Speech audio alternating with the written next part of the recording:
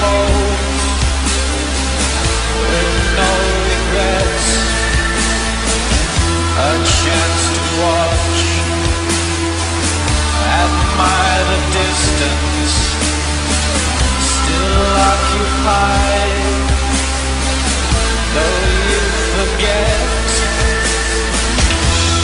Different colors, different shades, overreach, mistakes were made. I took the blame. Directionless, so plain to see.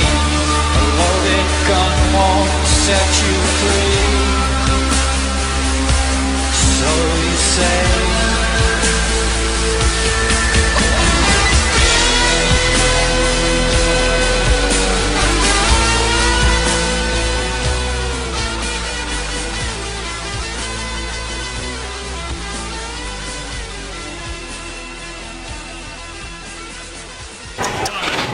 First thing I'm curious about is after the frustrating departure of Son of Beast, Kings Island came back strong with Banshee, the longest, fastest inverted coaster in the world.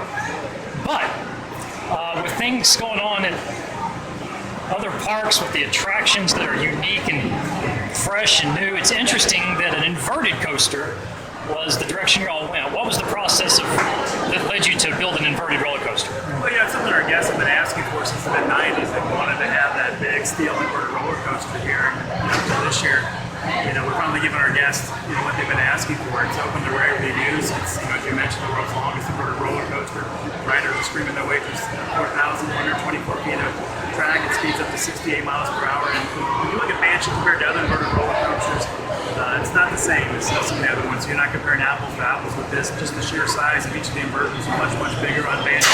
There's a 208 elevation drop between the highest point of the ride, which is the top of the lift hill, it's 167 feet on the lift, and then you go down 208 feet to the lowest point between loops 4 and 5. So there's a lot of different elements of this ride that really separate it from other inverted roller coasters out there. It seems like in the middle of the ride, you pick up speed even quicker than at the beginning of the ride. You do, and that's another one of the things that makes Banshee unique versus other inverted roller coasters out there. Really, any roller coaster is actually reaching that top speed of 68 miles per hour in the second half of the ride.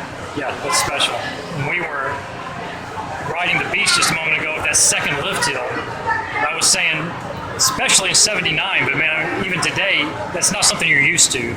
No, you're not, and that actually wasn't something that was intended to have a second lift hill on the Beast when they were talking about building that. Back in 1976 when the discussions began with that, but they needed a second lift hill to be able to get the ride to come back into the station, so it was kind of incorporated a little bit after the fact. And that was one of those things from the original design and concepts they had to look. The end product was with the Beast, it didn't even look the same.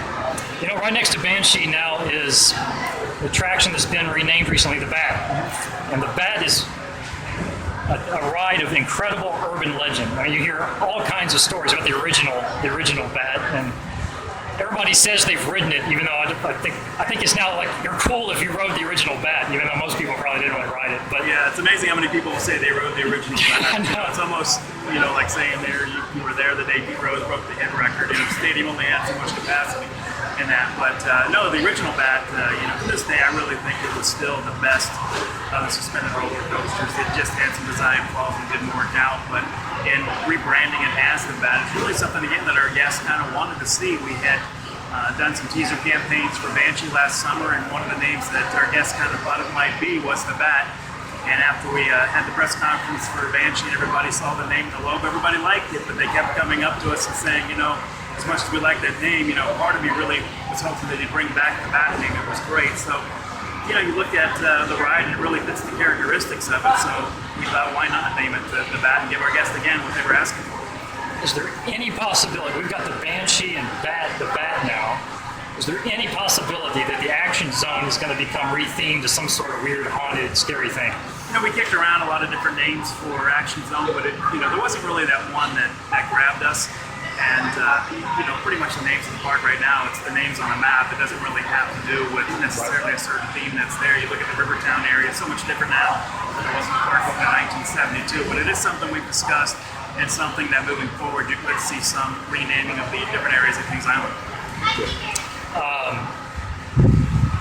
Rex and I were talking. One thing that seems that sets Kings Island apart is the balance between thrill and family.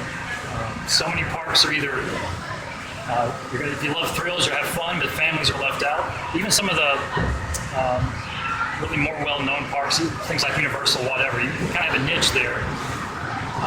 Is that something that's really done intentionally, or just seems to happen that way, that there's a great balance? It really goes back to the roots of Kings Island before the park was built, the Coney Island days, when the park was along the banks of the Ohio River down Cincinnati area. And at that time, the idea was to have something that appealed to guests of all ages, something for everyone in a family. And they brought that here to Kings Island in 1972. And it's just something that's been maintained over the years. Not everyone's going to be into the thrill ride roller coasters. Not everyone's going to be into water parks. Not everyone has small children. So you want to have that balance. So when you come to Kings Island, there's going to be something that you're going to really want to do, like and enjoy, whether it's a live show, maybe it's a roller coaster, water park, the kids area, but something for everyone in the family. We feel that's very important to have that balance. When you go up into the tower, you look down and you see what a good percentage of space Planet Snoopy takes up. Yeah. It's really encouraging because it doesn't diminish from the other aspects of the park, but something great, man, for the kids, and it's really neat. It's a great area. We have 18 Peanuts-themed attractions in Planet Snoopy, a live show, gift shop, more roller coasters at Planet Snoopy, which is more than any other kids area. It's been named the best kids area in the world for 13 consecutive years by the Amusement Today voters. So we're very proud of our kids area, as much of that area of the park as we are anything else in the park. Whether it's Banshee and the Beast, everything that we have, we're very, very proud of the kids area. How's Dinosaurs Alive doing? Dinosaurs Alive, it does well. It appeals to, again, guests of all ages, especially the young children that like to go through it. It's very educational. When you go back through Dinosaurs Alive, you literally do step back in time to 65 million years ago when dinosaurs roamed the earth. But, again, it's something that it's a new experience for our guests, something that's unique, a little different than what you're going to see at other amusement theme parks in the country.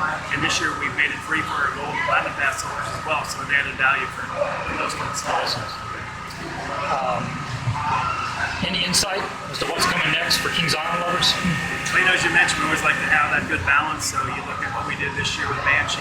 Last year we did the Reds Hall of Fame Grill, did a little bit of an upgrade in Dinosaurs Alive, right at the world's largest animatronic dinosaur, which is the Circus Side. 2012, the rebranding of Sun City Water Park. 2011, brought Dinosaurs Alive and Windseeker. So we're always trying to have that balance. So we'll see what next year brings soon enough. Okay, last question for Don. The Beast, Diamondback, or Banshee, which one do you go to first? That's like trying to decide which is your favorite child out there. I mean, you can't go wrong with any of them. I think it depends on what time of day it is and what you're looking to do, maybe who you're with. I think Banshee's an incredible thrill. Diamondback, to me, it's one of the top steel roller coasters out there. But I still think, just because there's nothing else like it that even compares, I think still the Beast would be, if I had to pick one ride, I can only do once, I would pick the Beast.